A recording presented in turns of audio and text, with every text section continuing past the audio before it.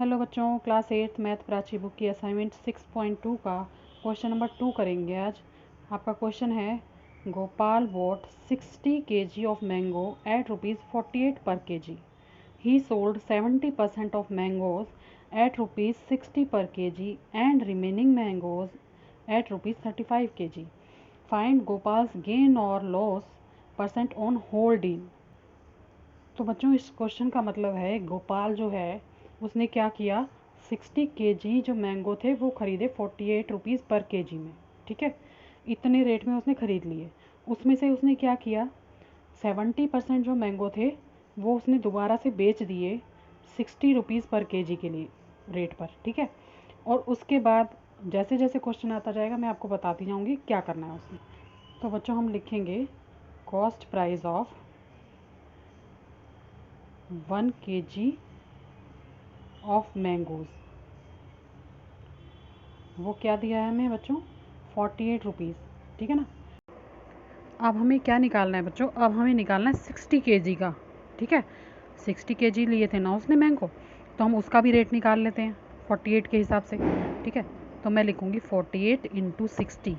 इसको आप मल्टीप्लाई करोगे बच्चों तो हमारे पास आ जाएगा। तो बच्चों, यहाँ पर जितने 60 kg मैंगो हमने ख़रीदे थे 48 रुपीज़ के हिसाब से, उस वो कितने पैसे के आए, 2880 रुपीज़ के आए। ठीक है, अब आगे इन्होंने क्या लिखा है, ही सोल्ड 70% ऑफ मैंगो ₹60 पर kg. अब उसने क्या किया, 60 किलो में से जो 60 kg मैंगो थे उसमें से 70% मैंगो बेच दिए 60 रुपीज़ पर kg के हिसाब से। तो हम लिखेंगे ही सोल्ड 70% ऑफ किसका, 70% 60 kg का, ये निकालेंगे। ठीक है, तो 70 लिख देंगे, 70/100 इंटू 60। अब काट दो बच्चों, 0 से 0 कट गई, यहाँ भी 0 से 0 कट जाएगी और हमारे पास क्या बचेगा, 7 6 42। ओके, सीधा सीधा बच जाएगा 42 kg। अब ये हमारे जो बेच दिए गए मैंगो थे, उसने जो बेचे थे उसका रेट आ गया। अब आगे क्या निकालना है हमें, आप देखो बच्चों, यहाँ पर 42 kg उसने जो सोल्ड कर दिए। ठीक है, यही कहा है ना इसने, तो हमें वो पैसे निकालने हैं कि कितने के उसने बेचे। तो क्या निकालना पड़ेगा, एसपी निकालना पड़ेगा हमें। ठीक है, तो हम लिखेंगे सेलिंग प्राइस यानी कि एसपी ऑफ 1 kg मैंगोज। अब बच्चों, इसका रेट क्या है, उसने कितने के बेचे हैं, 60 पर kg है ना, 60 रुपीज़ पर kg. अब यहाँ हमारी स्टेटमेंट क्या बनी, अगर 1 kg मैंगो का रेट है 60 रुपीज़ तो 42 kg का क्या होगा। ठीक है, तो निकाल देंगे SP of 42 kg mangoes equal to 42 into 60। जब हम इन दोनों को मल्टीप्लाई करेंगे बच्चों तो हमारे पास आएगा 2520 रुपीज़। ठीक है, तो 42 kg मैंगो हमारे कितने के हैं, 2520 रुपीज़ के हैं। अब बच्चों, टोटल मैंगो में से 60 kg मैंगो में से 42 kg उसने बेच दिए। ठीक है, अभी हमारे पास बचे हुए मैंगो भी हैं। ठीक है ना, तो बच्चों हम लिखेंगे टोटल मैंगो कितने थे हमारे पास, 60 kg थे। रिमेनिंग कितने बचे, रिमेनिंग कितने बचे, अब ये देख लेते हैं। 60 में से 60 kg मैंगो में से अगर मैंने 42 kg बेच दिए, या उसने जिसने भी बेचे हैं, गोपाल ने बेच दिए, ठीक है, तो कितने बचेंगे उसके पास मैंगो, ये बचेंगे हमारे बच्चों 18 kg। ठीक है, 18 kg मैंगो अभी भी उसके पास बचे हुए हैं। ओके, अब ये क्या कह रहा है क्वेश्चन में, बाकी जो बचे हुए मैंगो थे उसने कितने रुपीज़ में बेचे हैं, 35 रुपीज़ पर kg में बेचे हैं। फिर से हमें स्टेटमेंट लगानी पड़ेगी, तो हम लिखेंगे S P of 1 kg remaining mangoes. ठीक है, अब जो बचे मैंगो थे उसका 1 kg क्या प्राइस लगाया उसने, 35 रुपीज़ लगाया ना, तो वो लिख देंगे। देखो क्वेश्चन में देख लो, रिमेनिंग मैंगोज़ एट ₹35 kg। ठीक है, स्टेप वाइज चल रहे हैं हम क्वेश्चन में, अभी हमने कुछ भी फालतू नहीं किया है। ओके, अब इसने क्या कहा है, बचे हुए मैंगो हमने निकाल लिए कितने kg हैं, 18 kg हैं। तो अगर 1 kg का 35 रुपीज़ प्राइस है तो 18 kg का क्या होगा बेटे, मल्टीप्लाई करेंगे। जब ज़्यादा के लिए निकालते हैं तो मल्टीप्लाई करते हैं। ठीक है ना, तो इसको मल्टीप्लाई करेंगे तो हमारे पास आ गया 630 रुपीज़।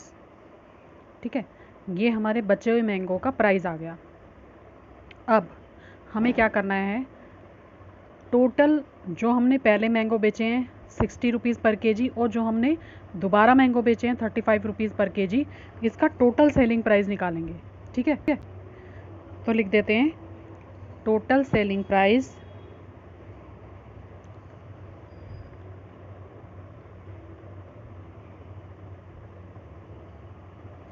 इक्वल टू हो जाएगा 2520 प्लस में ये वाला प्राइस और 630 वाला प्राइस। ठीक है, दोनों को टोटल कर लेंगे 630, दोनों को ऐड करेंगे तो हमारे पास आ जाएगा 3150 रुपीज़, इतना आ गया।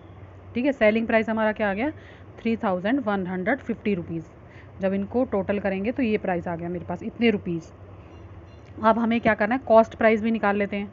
ये तो हमारा सेलिंग प्राइस था, कॉस्ट प्राइस हमने सबसे पहले फर्स्ट लाइन में ही निकाला है बच्चों क्वेश्चन की। देखो ये हमारा जो है वो कॉस्ट प्राइस है। ठीक है, तो हम लिख देंगे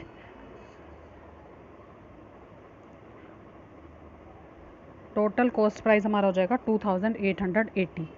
जब हमारा कॉस्ट प्राइस से सेलिंग प्राइस ज़्यादा होता है बच्चों, तो क्या होता है, हमें प्रॉफिट होता है। ठीक है, तो यहाँ हम लिख सकते हैं प्रॉफिट क्या है, सेलिंग प्राइस ज़्यादा है तो ग्रेटर देन और cost price, total cost price. ठीक है, अब लिखेंगे प्रॉफिट इक्वल टू जो लिखा है क्वेश्चन में वो लिख लो। अब ये हमारा क्या है, टोटल सेलिंग प्राइस है और इसमें से माइनस करूँगी मैं टोटल कॉस्ट प्राइस। ठीक है, तो यहाँ लिख देंगे हम 2880 रुपीज़।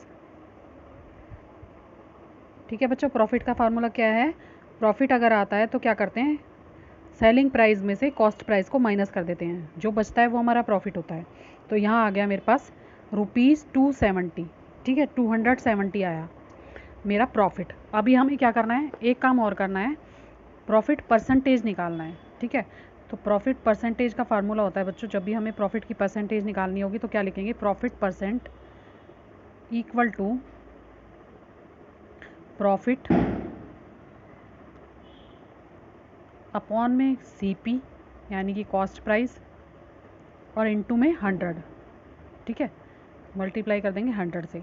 अब जो भी वैल्यू आपको दी गई है उसको पुट कर लो, ये मैंने फार्मूला बॉक्स में बंद कर दिया, इसको आप लर्न कर लेना। ठीक है, अब क्या कर लेते हैं, प्रॉफिट मेरा है 270, कॉस्ट प्राइस मेरी है 2880, मल्टीप्लाई करूँगी मैं 100 से, तो यहाँ पर 0 से 0 कट कर दो। तो बच्चों यहाँ मैं कट करूँगी 2 पर, 2 5 ज़ा 10, फिर जाएगा ये 5 है, 2 1 ज़ा 2, 2 4 ज़ा 8 और 2 4 ज़ा 8। फिर मैं यहाँ पर कट करूँगी बच्चों 6 पर, 6 2 ज़ा 12 और फिर 6 4 ज़ा 24। ठीक है, यहाँ आ जाएगा 4। अब फिर ऊपर कट करूँगी, ये जाएगा 6 4 ज़ा 24, 3 बचा और 6 5 ज़ा 30। फिर जाएगा ये 3 पर कट कर लेते हैं, 3 8 ज़ा 24।